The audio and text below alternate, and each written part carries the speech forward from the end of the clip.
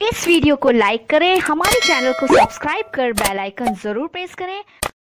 हजरत याहया अलैहिस्सलाम, कुरान मजीद में हजरत याहया अलैहिस्सलाम का जिक्र मुबारक 5 मरतबा आया है। हजरत याहया अलैहिस्सलाम हजरत जकरिया अलैहिस्सलाम के बेटे और उनकी पैगंबराना दुआओं का हासिल थे। आपके वालिद हजरत जकरिया अलैहिस्सलाम की उम्र 120 साल हो गई थी, लेकिन उनकी कोई औलाद नहीं थी। वह हैकल सुलेमानी के मुंतजिमीन में से थे और मरियम रजी अल्लाह ताला अन्हा की किफालत उनके जिम्मे थी। जकरिया अलैहिस्सलाम ने हजरत मरियम रजी अल्लाह ताला अन्हा के लिए हैकल में इबादत के लिए एक हुजरा बनाया था। फिर जब आप उनके इबादत खाने में दाखिल होते तो वहाँ बेमौसम के फल पड़े देखते और ताज्जुब फरमाते। तो हजरत मरियम रजी अल्लाह ताला अन्हा फरमाती कि ये अल्लाह के हुक्म से आते हैं। मरियम रजी अल्लाह ताला अन्हा का यह जवाब सुनकर उनके दिल में औलाद की ख्वाहिश हुई और उन्होंने अल्लाह से अपने लिए बेटे की दुआ की ताकि वो आप और आपके आबा अजदाद के इल्म और नबूवत का वारिस बने। अल्लाह ने दुआ कबूल की और बेटे की बशारत दी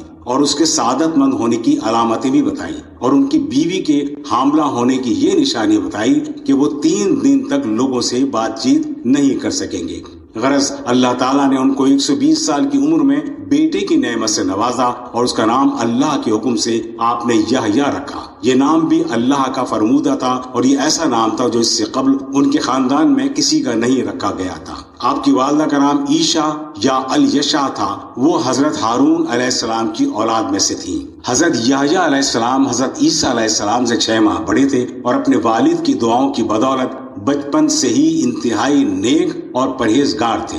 उन्होंने शादी भी नहीं की और न कभी औरतों के करीब गए और कभी उनके दिल में गुनाह का ख्याल भी पैदा नहीं हुआ। अपने वालिद माजिद की तरह याहया अलैहिस्सलाम भी खुदा के बरगजीदा नबी थे और अल्लाह ने उन्हें बचपन से ही इल्म व हिकमत से मामूर कर दिया था और तौरात के अहकामात के मुताबिक लोगों की रहनुमाई करने का हुक्म दिया था। याहया अलैहिस्सलाम की जिंदगी का अक्सर हिस्सा सहराओं और जंगलों में बसर हुआ। वो जंगलों में खिलवत नशीन रहते थे। दरख्त और टिड्डियां उनकी खुराक थी और फिर वहीं से उन्होंने अल्लाह के हुक्म से लोगों को दीन की दावत देना शुरू की और ईसा अलैहिस्सलाम के ज़हूर की बशारत देने लगे। लोगों को ये बतलाने लगे कि खुदा का एक पैगंबर जाहिर होने वाला है।